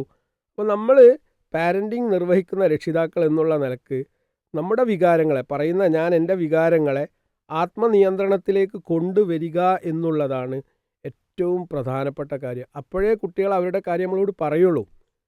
കുട്ടികൾ നമ്മളോട് പറയണ്ടേ. നമുക്കുള്ള പരാതി എന്താ അറിയോ, അതിന് ഓൻ്റെ കാര്യം ഓൻ എന്നോട് പറയണ്ടേ. വാപ്പ പറയണ വർത്താനം അത്. ഓൻ പറയണമെങ്കിൽ ഓനുമായിട്ട് വാപ്പക്ക് നല്ലൊരു ഇമോഷണൽ റാപ്പോ വേണം, വൈകാരിക ബന്ധം വേണം, നാട്ടിലുള്ള എല്ലാവരോടും നല്ല ബന്ധം. അപ്പോൾ നമ്മുടെ സംഘടനയിലൊക്കെ പ്രവർത്തിക്കുന്ന ചില ആളുകളെ സംബന്ധിച്ച് പറയുന്ന ഒരു സംസാരമാണ് ഞാൻ പറയുന്നത്. നല്ല ദഅവത്താണ്, നല്ല പ്രബോധകനാണ്, നല്ല പണ്ഡിതനാണ്, ഒക്കെയാണ്. പക്ഷെ വീട്ടിലെത്തിയ കുട്ടികളോട് ആ ഒരു ഇമോഷണൽ റാപ്പോ ഇല്ല. അതിന് വേറെ കാരണമുണ്ട്, ഞാൻ പറഞ്ഞുതരാം. കാരണം ദഅവ രംഗത്ത് സജീവമായി പ്രവർത്തിക്കുന്ന ഒരു വ്യക്തിയാകുമ്പോൾ പിശാചിന് ഏറ്റവും കൂടുതൽ വെറുപ്പ് ആ വ്യക്തിയോടുണ്ട്. കാരണം അയാൾ മുഖേന ഒരുപാട് ആളുകൾ സൻപാതാവിലേക്ക് വരുന്നുണ്ട്. സ്വാഭാവികമായിട്ടും അയാൾ അതിൽ നിന്ന് മുടക്കാൻ പറ്റൂല അല്ലേ. അപ്പോൾ പിന്നെ ആരെയാണ് വഴിതെറ്റിക്കേണ്ടത്? ഒന്നുകിൽ ഭാര്യയെ അല്ലെങ്കിൽ മക്കളെ. ഭാര്യയെയും കിട്ടിയില്ല എങ്കിൽ പിന്നെ എവിടെ സ്വാധീനിക്കുന്നത് മക്കളെയാണ്. ഈ ഒരു ബോധം നമുക്ക് ഉണ്ടാവണം. അപ്പോൾ വളരെ ശാന്തമായിട്ട് പ്രാർത്ഥനയോടുകൂടി അദ്കാറുകളോടുകൂടിയാണ് നമ്മൾ ജീവിക്കേണ്ടത്. അല്ല എങ്കിൽ പിശാച് നമ്മെയും ബാധിക്കും. കോപം എന്നുള്ള സാധനം തന്നെ എന്താണ്? പൈശാചികതയാണ്. അപ്പോൾ വീട്ടിലേക്ക് വരുമ്പോൾ വളരെ ശാന്തമായി വളരെ നല്ല രൂപത്തിൽ ഭാര്യയോട് മക്കളോട് പെരുമാറണമെങ്കിൽ അങ്ങനെയുള്ള ഒരു തർബിയത്ത് സംസാരിക്കുന്ന എനിക്കും കേൾക്കുന്ന ആളുകൾക്കും ഉണ്ടാവണം. എങ്കിൽ മാത്രമേ മാറ്റം ഉണ്ടാവുകയുള്ളൂ. മക്കളുടെ കഴിവിനെ കുറിച്ചാണ് നമ്മൾ ചർച്ച ചെയ്യുന്നത്. അത് കണ്ടെത്തേണ്ട ഓരോ ശാസ്ത്രീയമായ വശങ്ങളാണ്. അവിടെ നമ്മൾ പറഞ്ഞ ഓരോ കാര്യത്തിനും അതിൻ്റെ പ്രാധാന്യമുണ്ട്. കമ്മ്യൂണിക്കേഷൻ അതിൽ വലിയൊരു ഘടകം തന്നെയാണ് എന്നുള്ളതാണ്. അതുപോലെ സോഷ്യലായിട്ട് ഇടപെട്ട് കിട്ടേണ്ട കാര്യങ്ങളെക്കുറിച്ച് പറഞ്ഞു. ആ കാര്യങ്ങൾ അടുത്തൊരു കാര്യം നമ്മൾ പറയാം സർ. പിന്നെ നമ്മൾ ശ്രദ്ധിക്കേണ്ട ഒരു കാര്യം കുട്ടികൾക്ക് വ്യത്യസ്തമായ അവസരങ്ങൾ കൊടുക്കുക എന്നുള്ള. അവസരം എന്ന് പറഞ്ഞാൽ എന്താ? ഒരുപാട് അവസരങ്ങളുണ്ടല്ലോ. അപ്പോൾ വീട്ടിലൊരു കല്യാണം നടക്കുകയാണ്. കല്യാണം നടക്കുമ്പോൾ എല്ലാം നമ്മൾ തന്നെ ചെയ്യാൻ പോകരുത്. നമ്മൾ എന്ത് ചെയ്യുക? ഡെലിഗേറ്റ് ചെയ്യണം. ഡ്യൂട്ടീസ് മക്കൾക്ക് കൊടുക്കണം. മക്കളെ കൊണ്ട് ചെയ്യിപ്പിക്കണം. അപ്പോൾ സാധനം വാങ്ങാം വാപ്പ തന്നെ. എനിക്ക് ഒരാളെങ്ങനെ ഓർമ്മ വരിക, ഒരു വാപ്പക്കൊരു ഒരാൺകുട്ടിയും 3-4 പെൺകുട്ടികളാണ് ഉള്ളത്. അയാൾ ഒരു എയർഫോഴ്സിൽ നിന്ന് റിട്ടയർഡ് ചെയ്തൊരു വ്യക്തിയാണ്. അയാൾ എന്ത് ചെയ്യുമെന്ന് വെച്ചാൽ ഒരു കാര്യത്തിനും മകനെ വിട്ടുകൊടുക്കില്ല. അയാൾ തന്നെ അങ്ങാടിയിൽ പോയി സാധനങ്ങളൊക്കെ വാങ്ങിക്കൊണ്ടുവരും. ആ ബാപ്പ മരണപ്പെട്ടതോടുകൂടി ആ മകൻ അത് അനുഭവിക്കുന്നത് ഞാൻ കണ്ടിട്ടുണ്ട്. ഞാൻ ഇത് പറയണത് എന്താണെന്ന് വെച്ചാൽ നമ്മൾ അമിതമായി സ്നേഹിക്കുമ്പോൾ അമിതമായി പരിഗണന മക്കൾക്ക് കൊടുക്കുമ്പോൾ മക്കൾ സ്പോയിൽഡാണ്, നശിക്കുക ചെയ്യുക. അപ്പോൾ അവിടെ വ്യത്യസ്തമായ അവസരങ്ങൾ നമ്മൾ കൊടുക്കണം. ഇപ്പോൾ ഒരു ഇവൻ്റ് എങ്ങനെ മാനേജ് ചെയ്യണം. അപ്പോൾ നമുക്ക് ശാസ്ത്രീയമായിട്ട് അതിനൊക്കെ ഡിപ്പാർട്ട്മെൻ്റ് ഉണ്ട്. Event management team. ഒരു കല്യാണമാണ് അല്ലെങ്കിൽ ഒരു പ്രോഗ്രാം ആണെങ്കിൽ ആ ടീമിനെ നമ്മളെ ഏൽപ്പിക്കുകയാണ്. അതേ സ്കില്ല് നമ്മുടെ മക്കൾക്കും ഉണ്ടാവണമെങ്കിൽ നമ്മൾ എന്ത് ചെയ്യണം? പെർഫെക്ഷൻ എന്നുള്ള ആ ഒരു തലത്തിൽ നിന്ന് മാറി ചിന്തിക്കണം. നമ്മൾ ചിന്തിക്കുക എന്താ വെച്ചാൽ ഞാൻ ചെയ്യുന്ന അതേ രൂപത്തിൽ തന്നെ എൻ്റെ കുട്ടി ചെയ്യണം, ഭാര്യ ചെയ്യണം, മറ്റുള്ളവർ ചെയ്യണം. അതൊരിക്കലും അങ്ങനെ ആവില്ല. അപ്പോൾ അവർ ചെയ്യുന്ന ആ ജോലിയിൽ അവരുടേതായ ന്യൂനതകളും പോരായ്മകളും ഉണ്ടാവും. അതിനുള്ള അനുവാദം കൊടുക്കുക. എന്നാലും നമ്മൾ പ്രതീക്ഷിച്ചതിനേക്കാൾ പ്രതീക്ഷിച്ച അതിൻ്റെ അടുത്തൊരു 50% ആയിട്ടുള്ളൂ. ആദ്യ തവണ 40% അവർ ചെയ്യുക, പിന്നെ 45 പിന്നെ 50 അപ്പോൾ ഗ്രാജ്വലി ആണ് ആ ഒരു സ്റ്റേജിലേക്ക് കുട്ടികളെത്തുള്ളൂ. നമ്മളും അങ്ങനെ തന്നെ അല്ലേ? അപ്പോൾ എനിക്കറിയാം, ഞാൻ കാറ് ഡ്രൈവിംഗ് ചെയ്ത സമയത്ത് പല മതിലും ഞാൻ കുത്തിയിട്ടുണ്ട്. അത് ബിഗിനിങ് സ്റ്റേജ് അതാണ്. ഇന്നിപ്പോൾ നമുക്കതൊരു വിഷയമല്ലാതെ ആവുന്ന രീതിയിലേക്ക് ആ സ്കില്ല് ഡെവലപ്പ് ചെയ്തിട്ടുണ്ട്. നമ്മുടെ മക്കൾക്കും ആ സ്കില്ലുകൾ ഡെവലപ്പ് ചെയ്യാനുള്ള അവസരങ്ങൾ നമ്മൾ കൊടുക്കുക. അപ്പോൾ വ്യത്യസ്തമായ സാഹചര്യങ്ങൾ നമ്മൾ ക്രിയേറ്റ് ചെയ്യുമ്പോൾ അവരിൽ അന്തർലീനമായ കഴിവുകൾ പുറത്തു വരുന്നു ഉറപ്പാണ്. അവസരം കൊടുത്താലേ ഉണ്ടാവുള്ളൂ. അപ്പോൾ ആ ഇഷ്യൂ എങ്ങനെ ഡീൽ ചെയ്യും? മകന് ഇത്തരം കാര്യങ്ങൾ ചോദിക്കുക, നീ എന്നെ ഡീൽ ചെയ്താൽ മതി, അത് നീക്ക് ചെയ്യാൻ പറ്റും. അപ്പോൾ നമ്മളവിടെ ഒരു ഒബ്സർവറായി നിന്നിട്ട് അതിലുള്ള പ്ലസ് പോയിൻറ്റ്സ് പറയാം, മൈനസും പറയാം. ആദ്യം പ്ലസ്സാണ് പറയേണ്ടത്. അല്ലെ, ഒരു പാചകം ചെയ്യുമ്പോൾ പാചകം ചെയ്തു വരുമ്പോൾ ഫുഡ് എങ്ങനെയുണ്ട്? സൂപ്പറായിട്ടുണ്ട്. അങ്ങനെ കുറച്ച് മധുഹ് ചെയ്തതിന് ശേഷം ന്യൂനത പിന്നീട് പറയാം. അപ്പോൾ അത് തിരുത്തിക്കൊള്ളും. ഈ ഒരു മെത്തഡോളജി നമ്മൾ അവലംബിക്കുകയാണെങ്കിൽ നമ്മുടെ മക്കളുടെ കഴിവുകൾ കണ്ടെത്താൻ, അത് പ്രോത്സാഹിപ്പിക്കാൻ നമുക്ക് സാധിക്കും എന്നുള്ളതാണ് അനുഭവങ്ങൾ തെളിയിക്കുന്നത്. അവസരങ്ങൾ കിട്ടിയാലേ നമുക്ക് ജീവിതത്തിൽ വിജയിക്കാൻ അല്ലെങ്കിൽ ശോഭിക്കാൻ സാധിക്കുള്ളൂ. അപ്പോൾ ഈ ഒരു കസേരയിൽ ഇരിക്കാനുള്ള ഒരു അവസരം കിട്ടിയപ്പോഴാണ് നമുക്ക് വായിക്കാനും അല്ലെങ്കിൽ ഇതിനെ ഏറ്റവും നന്നാക്കുന്ന രൂപത്തിൽ അവതരിപ്പിക്കാനുള്ളൊരു സ്കില്ല് നമ്മളിലേക്ക് വരുന്നത്. ഏതൊരാളോടും അവരുടെ ആ ഒരു വിജയത്തിനെക്കുറിച്ച് ചോദിക്കുമ്പോൾ അവർക്കൊക്കെ പറയാനുള്ളത് അവർ തുടങ്ങി വെച്ച, അവർക്ക് ലഭിച്ച ഒരു അവസരത്തിനെ കുറിച്ചാണ്. അപ്പോൾ ഗിവ് ദം ചാൻസസ്. നമ്മുടെ മക്കൾക്ക് അവസരങ്ങൾ കൊടുക്കാൻ നമുക്ക് പറ്റണം. ഓരോ അവസരങ്ങൾ എല്ലാം ഡെലിഗേറ്റ് ചെയ്തുകൊണ്ട് പോവുക. ചെറിയ ചെറിയ ഉത്തരവാദിത്തങ്ങൾ ഓരോരുത്തർക്കും മാറി മാറി നിറവേറ്റാനുള്ള അവസരങ്ങൾ കൊടുക്കുക. വീട്ടിലെ ഓരോ അംഗങ്ങൾക്കും ചെറുതെങ്കിലുമായ ഒരു ഉത്തരവാദിത്തം നമ്മൾ ഏൽപ്പിച്ചു കൊടുക്കുക. ഓരോ പ്രാവശ്യം ഓരോരുത്തർക്ക് അത് മാറി കിട്ടുമ്പോൾ ഓരോരുത്തർക്കും അവരുടേതായ റോളുകൾ നിർവഹിക്കാൻ പറ്റും. അതിലേറ്റവും നന്നായി എനിക്ക് ഏത് മേഖലയിലാണോ തിളങ്ങാൻ പറ്റുക, എൻ്റെ സ്കില്ല് അവിടെയാണ് നമുക്ക് മനസ്സിലാക്കാൻ കൂടി സാധിക്കുമെന്നുള്ളതാണ്. അവരെ ശ്രദ്ധിക്കുമ്പോൾ നമ്മൾ അറിയേണ്ട ഒരു കാര്യം, leader in you, the leader in you. എല്ലാവരിലും ഒരു നേതാവുണ്ട്. ആ നേതാവ് എന്നുള്ളത് വളർത്തിക്കൊണ്ട് വരേണ്ട ഉത്തരവാദിത്തമാണ് രക്ഷിതാവിനും അധ്യാപകനും ഉണ്ടാവേണ്ടത്. എല്ലാ കുട്ടികളിലും ആ ലീഡർഷിപ്പ് ക്വാളിറ്റി ഉണ്ട്. അപ്പോൾ എല്ലാവരെയും സുപ്രീം ലീഡർ ആക്കണം എന്നല്ല ഞാൻ പറയുന്നത്. അതായത് എൻ്റെ വീടിൻ്റെ ലീഡർ ഞാനാണ് അല്ലേ? വാപ്പയിലെ ആ ഒരു ലീഡർഷിപ്പ് ക്വാളിറ്റി മങ്ങുന്ന സമയത്താണ് മദർ ആ ലീഡർഷിപ്പ് ഏറ്റെടുക്കുന്നത്. ഇന്ന് പല വീടുകളിലും ആ ഒരു പ്രശ്നം നമ്മൾ അനുഭവിക്കുന്നുണ്ട്. ഫാദർ ചെയ്യേണ്ട കാര്യങ്ങൾ ഫാദർ ചെയ്യാതിരിക്കുമ്പോൾ സ്വാഭാവികമായിട്ട് അത് ആരാ ഏറ്റെടുക്കുക? ഉമ്മയാണ്. ഉമ്മ അങ്ങനെ ഏറ്റെടുക്കാനുള്ള സാഹചര്യം സൃഷ്ടിച്ചത് വാപ്പ തന്നെയാണ്. അപ്പോൾ വാപ്പ അങ്ങനെ ആയിത്തീരുന്നതിൽ അദ്ദേഹത്തിൻ്റെ ഉപ്പയ്ക്ക് ഒരു റോൾ ഉണ്ടാവും അല്ലേ? ആക്സെപ്റ്റിംഗ് റെസ്പോൺസിബിലിറ്റീസ് എന്നുള്ളത് ഓർ ഗിവിങ് റെസ്പോൺസിബിലിറ്റീസ് എന്നുള്ളത് നമ്മുടെ കോൺഫിഡൻസ് ലെവലിനെ വർദ്ധിപ്പിക്കുന്നതാണ്. ഇന്ന് നമ്മളെ മക്കൾ നേരിടുന്ന വലിയ പ്രതിസന്ധി എന്താ സർ? ആത്മവിശ്വാസമില്ലായ്മയാണ്. അറിവില്ലായ്മയല്ല, അറിവുണ്ട്, കഴിവുണ്ട്. പക്ഷേ അത് ഉപയോഗിച്ചിട്ടുണ്ടെങ്കിൽ തെറ്റിപ്പോകുമോ, പറഞ്ഞാൽ ശരിയാകുമോ? അതുകൊണ്ടാണ് ഇൻ്റർവ്യൂസ് ഒക്കെ ഫേസ് ചെയ്യുമ്പോൾ നമ്മൾ പരാജയപ്പെടുന്നത്. അപ്പോൾ വീടിൽ നിന്ന് തന്നെ നമ്മളത് സ്റ്റാർട്ട് ചെയ്യണം. ചെറിയ ചെറിയ ഉത്തരവാദിത്തങ്ങൾ അവർക്ക് കൊടുക്കുക. എന്നും നമ്മൾ അവരെ സ്കഫോൾഡ് ചെയ്യരുത് അല്ലേ? പിടുത്തം വിടാൻ ഇപ്പോൾ എൻ്റെ ഓർമ്മയിലേക്ക് വരുന്നത് പണ്ട് സൈക്കിൾ പഠിച്ച ഓർമ്മയാണ്. സൈക്ലിങ് പഠിക്കാൻ വേണ്ടി എൻ്റെ ഓർമ്മയിലൊരു 15-16 വയസ്സിലൊക്കെ ആയിരിക്കും അത്. ആ സമയത്ത് ഞങ്ങളുടെ ഒരു ഗ്രൗണ്ട് ഉണ്ടായിരുന്നു. അപ്പോൾ ബാക്കിൽ ഒരാൾ ഇങ്ങനെ എന്ത് ചെയ്യും, പിടിച്ചിട്ടാണ് കൊണ്ടുപോവുക. പിന്നെ അയാൾ പിടുത്തം വിട്ടിട്ടുണ്ടാവും, അത് നമ്മൾ അറിയില്ല. അപ്പോൾ നമ്മൾ വിചാരിക്കുന്നത് എന്താണ്, അയാൾ പിടിച്ചിട്ടുണ്ട്. അതായത് സ്വന്തമായി ഡ്രൈവ് ചെയ്യാനുള്ള ഒരു അവസ്ഥയിലേക്ക് എത്തിയപ്പോഴാണ് അയാൾ പിടുത്തം വിട്ട്. നമ്മൾ ചെയ്യേണ്ട സംഗതി അതാണ്. എന്നും കുട്ടികളുടെ പിന്നാലെ കൂടരുത്, എല്ലാം ചെയ്തു കൊടുക്കരുത്. പ്രത്യേകിച്ച് എനിക്ക് എപ്പോഴും ഓർമ്മ വരുന്നത് എൻ്റെ ഉപ്പ എന്നോട് ഒരു 16-17 വയസ്സിൽ പറഞ്ഞ കാര്യമാണ്. ഇനി നിന്നെ പോറ്റേണ്ട ഉത്തരവാദിത്തം എനിക്കില്ല. നിന്നോട് എൻ്റെ ഉപ്പ പറഞ്ഞത് എനിക്ക് ഓർമ്മയുണ്ട്. ഏത് വയസ്സിലാണ്? ഒരു 17-18 വയസ്സിൽ. ഇത് നമ്മൾ പറയില്ല. നമ്മളപ്പോഴും ഡിഗ്രി കഴിഞ്ഞാലും PG കഴിഞ്ഞാലും കല്യാണം കഴിച്ച് കൊണ്ടുവന്നിട്ട് പോലും ഭാര്യക്കുള്ള ഡ്രസ്സ് വാങ്ങുന്നത് ഉമ്മയുപ്പി ആയാൽ പിന്നെ എന്തിനാ അവരെ പറ്റുക? ഇത് മലയാളികൾക്ക് മാത്രമുള്ള ഒരു സ്വഭാവമാണോ എന്ന് എനിക്ക് തോന്നുന്നു. അല്ല സർ? ദുസ്വഭാവമാണത്. ആ ദുസ്വഭാവം. നമ്മൾ ഈ സ്നേഹം എന്നിട്ട് ഇയാൾ കല്യാണം കഴിഞ്ഞ് കുട്ടികളായി പേരക്കുട്ടികളായാലും ഇയാൾക്ക് സമാധാനമല്ല. ഇപ്പോൾ യൂറോപ്യൻസിനൊക്കെ നമ്മൾ ശ്രദ്ധിച്ചു നോക്കും, ഒരു പ്രായം ചെല്ലുന്ന സമയത്ത് ഒരു ടൂറ് പോകുന്നു അല്ലേ? കേരളത്തിലേക്കൊക്കെ വരുന്നുണ്ട്. അവർക്കൊക്കെ വലിയ എക്കണോമിക് ബാക്ക്ഗ്രൗണ്ട് ഉണ്ടായിട്ടൊന്നുമല്ല അവർ ടൂർ പോകുന്നത്. നമുക്കിവിടെ ലക്ഷങ്ങൾ പിന്നെ ആസ്തി ഉണ്ടായിട്ട് പോലും നമ്മൾ പോവില്ല. കാരണം എന്താ? ആരെ വിചാരിച്ചിട്ടാ? മക്കളെയും പേരക്കുട്ടികളെയും വിചാരിച്ചിട്ടാണ്. നമുക്കൊന്നിനും ഫ്രീഡം ഇല്ല. ഈ ഫ്രീഡം ഇല്ലായ്മ ഉണ്ടാക്കിയതിൻ്റെ പിന്നിൽ നമ്മളാണ് കാരണം എന്ന് ഞാൻ പറയുന്നത്. പാറിപ്പോകേണ്ട സമയത്ത് പാറിപ്പോകാനുള്ള ഒരു അവസ്ഥ നമ്മൾ ഉണ്ടാക്കണം. അതിൻ്റെ അർത്ഥം ബാപ്പ മക്കളെ നോക്കണ്ട, ഉമ്മ നോക്കണ്ട ഒന്നുമല്ല. നോക്കണം, നന്നായി നോക്കണം. പക്ഷേ എന്നും നോക്കേണ്ട അവസ്ഥയിലേക്ക് മാറ്റരുത്. അവരുടെ കാര്യങ്ങൾ അവർ തന്നെ നോക്കുന്ന ആ ഒരു ഉത്തരവാദിത്ത ബോധത്തിലേക്ക് കുട്ടികളെ കൊണ്ടുവന്നിട്ടുണ്ടെങ്കിൽ അതൊരു പരിഹാരമാണ്. അപ്പോൾ നമ്മൾ പറഞ്ഞു വന്ന വിഷയം ഇതാണ്. കുട്ടികളുടെ അഭിരുചി കണ്ടെത്തണമെങ്കിൽ വ്യത്യസ്തമായ അവസരങ്ങൾ, തുറന്ന അവസരങ്ങൾ മക്കൾക്ക് നമ്മൾ കൊടുക്കുക തന്നെ വേണം.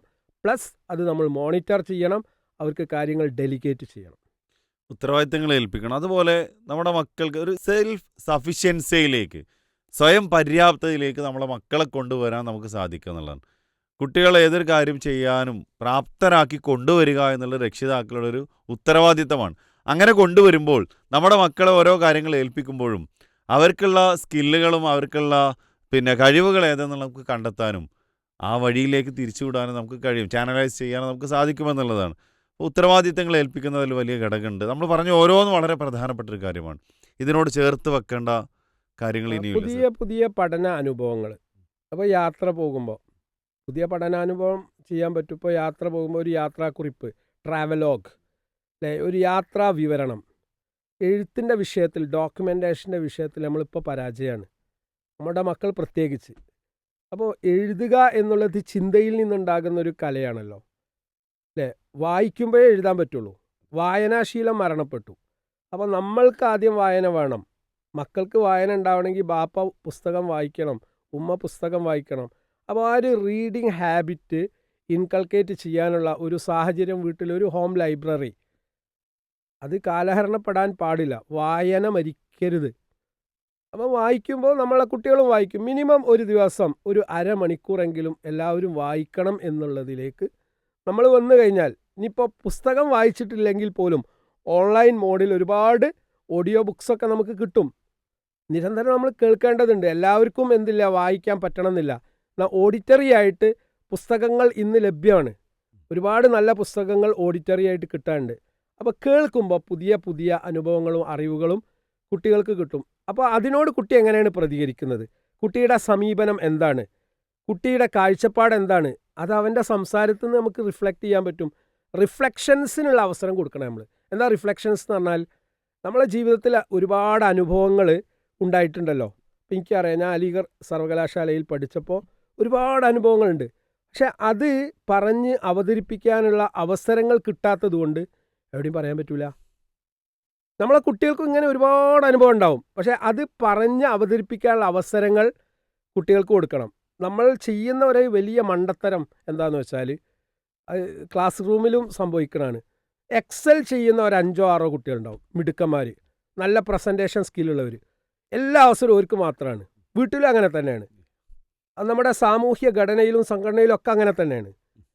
എക്സൽ ചെയ്യുന്ന കുറച്ചാളുണ്ട്, ഒരു മാത്രം അങ്ങനെയല്ല, എല്ലാവർക്കും അവസരം കൊടുക്കണം. അവസരം കൊടുക്കുമ്പോഴാണ് അത് വളരുക. അപ്പോൾ നിങ്ങൾ ആലോചിച്ച് നോക്കൂ, നിങ്ങൾ ഈ ഒരു മേഖലയിൽ എത്തിപ്പെട്ടപ്പോൾ എത്ര മാറ്റങ്ങൾ നിങ്ങളിലുണ്ടായി, എന്നിലുണ്ടായി. അവസരം കിട്ടുമ്പോഴേ മാറ്റം ഉണ്ടാവുള്ളൂ. അപ്പോൾ അവസരങ്ങൾ വീട്ടിലുള്ള ഓരോ പ്രതിഭക്കും നമ്മൾ കൊടുത്തുകൊണ്ടേയിരിക്കണം. എല്ലാവരും പ്രതിഭകളാണ്. ആ പ്രതിഭ ഉണരാനുള്ള അവസരങ്ങൾ കിട്ടാത്ത കാലത്തോളം അത് ഉണരൂല. ഒരു ഉദാഹരണം പറയാം. Elegy written in a country ചർച്ചയാട്, ഞാൻ മുമ്പ് പറഞ്ഞത് എനിക്ക് ഓർമ്മയുണ്ട്.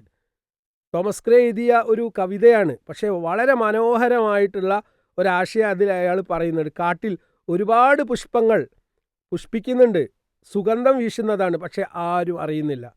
അപ്പോൾ പ്രതിഭകളെ കണ്ടെത്താനുള്ള അവസരം നമ്മുടെ വീട്ടിൽ നമ്മൾ ഒരുക്കണം. പ്രോത്സാഹനങ്ങൾ കൊടുക്കണം, സമ്മാനങ്ങൾ കൊടുക്കണം.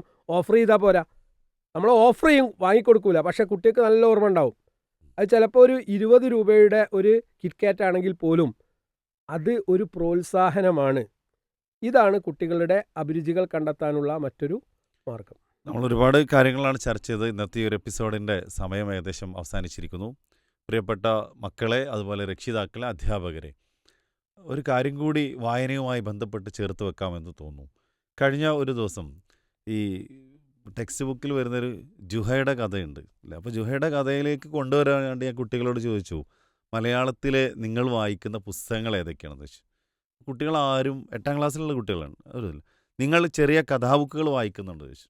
അപ്പോഴും ഒരു ആൻസറും ഇല്ല.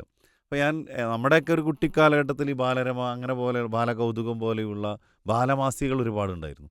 അപ്പോൾ അതുപോലെയുള്ള മാസികകളോ അതിലുള്ള കഥകളോ ഒക്കെ ചോദിച്ചു. കുട്ടികൾക്ക് ആർക്കും പരിചയമില്ല. അവസാനം മായാവിയെക്കുറിച്ച് ചോദിക്കുമ്പോൾ കുട്ടികൾക്ക് അധികമൊന്നുമില്ല. പക്ഷെ അവർക്ക് കുട്ടൂസൻ എന്താ പറയുക, ലുട്ടാപ്പിയെ അറിയാം, അതുപോലെ തന്നെ ടിൻറ്റുമോനെ അറിയാം. എന്നാൽ നല്ല ഒരുപാട് മെസ്സേജ് നൽകുന്ന വേറെ ഒരുപാട് കഥാപാത്രങ്ങൾ അതൊന്നും ഇവർക്ക് അറിയണില്ല. അപ്പോൾ ഞാൻ ചോദിച്ചു, നിങ്ങളാരും വായിക്കാറില്ലേ? അപ്പോൾ ടെക്സ്റ്റ് ബുക്കുകൾ പോലും വായന കുറഞ്ഞ മക്കളാണ് പൊതുവെ ഇപ്പോൾ നമുക്ക് ക്ലാസ് റൂമുകളിലൊക്കെ കാണാറുള്ളത്. അപ്പോൾ വായനയിലൂടെ ഒരുപാട് ചിന്തകൾ, അതിലുപരി നല്ലൊരു സ്കില്ലാണ് റീഡിങ് എന്ന് പറയുന്നത്. എഴുതാൻ നിങ്ങൾ നേരത്തെ പറഞ്ഞ പോലെ തന്നെ വായിക്കുമ്പോഴേ നമുക്ക് ചിന്തിക്കാനും എഴുതാനൊക്കെ അത് മാത്രമല്ല സാധിക്കും. സർ, ഇന്ന് കോണ്ടന്റ് റൈറ്റിങ്ങിന് അതെ. വലിയ സ്കോപ്പാണ്. അതെ. നിങ്ങളൊരു കോണ്ടന്റ് ഉണ്ടാക്കുകയാണെങ്കിൽ, ഒരു നല്ല ഉള്ളടക്കം ഉണ്ടാക്കുകയാണെങ്കിൽ, ഇപ്പോൾ ഒരു ഒരു ഒരു സ്ഥാപനം തുടങ്ങുകയാണ്, ആ സ്ഥാപനത്തിന് ഒരു ബ്രോഷർ വേണം അല്ലേ? Yes. അത് ഡിസൈൻ ചെയ്യുക, അതിൻ്റെ കണ്ടന്റ് ഉണ്ടാക്കുക, അത് പൈസ കിട്ടും, നല്ല പണം കിട്ടും. ഇതൊന്നും കുട്ടികൾക്ക് അറിയില്ല. കുട്ടികൾക്ക് ട്രഡീഷണൽ ആയിട്ടുള്ള കുറച്ച് കോഴ്സ് ഉണ്ട്, എൻജിനീയറിങ്, മെഡിസിൻ, സിവിൽ സർവീസ്. നമ്മളെ കേരളക്കാർക്ക് ഇത് മാത്രമേ അറിയുള്ളൂ. ലോകത്ത് എന്തൊക്കെ കോഴ്സുകളും സാധ്യതകളും ഉണ്ട്. അതറിയണമെങ്കിൽ നമ്മളുടെ ഹൃദയം വിശാലാവണം, മനസ്സ് വിശാലാവണം. അപ്പോൾ മാത്രമേ രക്ഷിതാക്കൾക്കും അധ്യാപകർക്കും ഇത് ഗൈഡ് ചെയ്യാൻ പറ്റുള്ളൂ. അധ്യാപകരും ഉണരേണ്ടതുണ്ട്. അതെ. ഞാൻ വീണ്ടും പറയാണ്, അധ്യാപകരും ഇപ്പോൾ കെമിസ്ട്രി പഠിപ്പിക്കുകയാണെങ്കിൽ കെമിസ്ട്രി മാത്രം പഠിപ്പിച്ചങ്ങ് പോവാണ്. എന്നാൽ നല്ല ഒരു കെമിസ്ട്രി അധ്യാപകൻ എന്ത് ചെയ്യണം? പുറത്തേക്ക് ഇറങ്ങണം, think out of the box അല്ലേ? ഇന്ന് AI സംവിധാനമൊക്കെ, ആർട്ടിഫിഷ്യൽ ഇൻ്റലിജൻസും അതിൻ്റെ സൗകര്യങ്ങളും വികസിച്ച കാലഘട്ടത്തിലാണ് നമ്മളുള്ളത്. കൃത്യമായ പ്രോംപ്റ്റിംഗ് ഉണ്ടെങ്കിൽ, കാഴ്ചപ്പാടുണ്ടെങ്കിൽ ഏത് വിഷയത്തെയും ഡിഫറൻ്റ് ആയിട്ട് സമീപിക്കാൻ നമുക്ക് പറ്റും സർ. അതാണ് നമ്മൾ ചെയ്യേണ്ട ഭാരിച്ച ഉത്തരവാദിത്വം. അവസരങ്ങൾ ലഭിക്കാനുള്ള ഒരുപാട് സൗകര്യങ്ങളും അവസരങ്ങളും, ഞാൻ അങ്ങനെ തന്നെ പറയുന്നു, അവസരങ്ങളും ഇന്ന് നമ്മുടെ നാടുകളിൽ ലഭ്യമാണ്. അതിൽ വായനകൾക്ക് വലിയ പങ്കുകളുണ്ട്. അതൊന്നുമില്ലെങ്കിൽ ഫോണിൽ നോക്കിയിട്ടാണെങ്കിൽ പോലും വായിക്കാനുള്ള അവസരം, പരമാവധി ബുക്കുകൾ വായിക്കുന്ന ഒരു സിസ്റ്റത്തിലേക്കാണ് നമ്മൾ കൊണ്ടുവരേണ്ടത്. അല്ല എങ്കിൽ ഏതെങ്കിലും രൂപത്തിലുള്ളൊരു വായനകൾ, അതിലൂടെ ചിന്തകൾ വളരാനും നല്ല നല്ല പ്രവർത്തനങ്ങളിലേക്കും പ്രൊഫഷനിലേക്ക് എത്തിച്ചേരാനുള്ള അവസരങ്ങളുണ്ടാവും. കഴിവുകൾ വളർത്തിക്കൊണ്ടുവരാൻ പറ്റും. ആ രൂപത്തിൽ നല്ല മക്കളായിട്ട് വളരാൻ നമ്മുടെ മക്കൾക്ക് സാധിക്കട്ടെ. നല്ല രക്ഷിതാക്കളായി മാറാൻ രക്ഷിതാക്കൾക്കും സാധിക്കട്ടെ എന്ന് പ്രാർത്ഥിക്കുന്നു. ഇന്ന് നമ്മോടൊപ്പം ഈ ഒരു ചർച്ചയിൽ പങ്കുചേർന്ന് നമുക്ക് വേണ്ട നല്ല മാർഗ്ഗനിർദ്ദേശം നൽകിയ സഹസറിനുള്ള ഹൃദ്യമായി നന്ദി അറിയിക്കുന്നു. പ്രാർത്ഥനയിൽ പീസ് റേഡിയോയും ഇവിടുത്തെ സംവിധാനങ്ങളും പണ്ഡിതന്മാരും അണിയറ പ്രവർത്തകരൊക്കെ ഉണ്ടാവണമെന്ന് കൂടി ആവശ്യപ്പെടുകയാണ്. വാഹിർ ദവാനാൻ അൽഹംദുലില്ലാഹി റബ്ബിൽ ആലമീൻ. അസ്സലാമു അലൈക്കും വറഹ്മത്തുള്ളാഹി.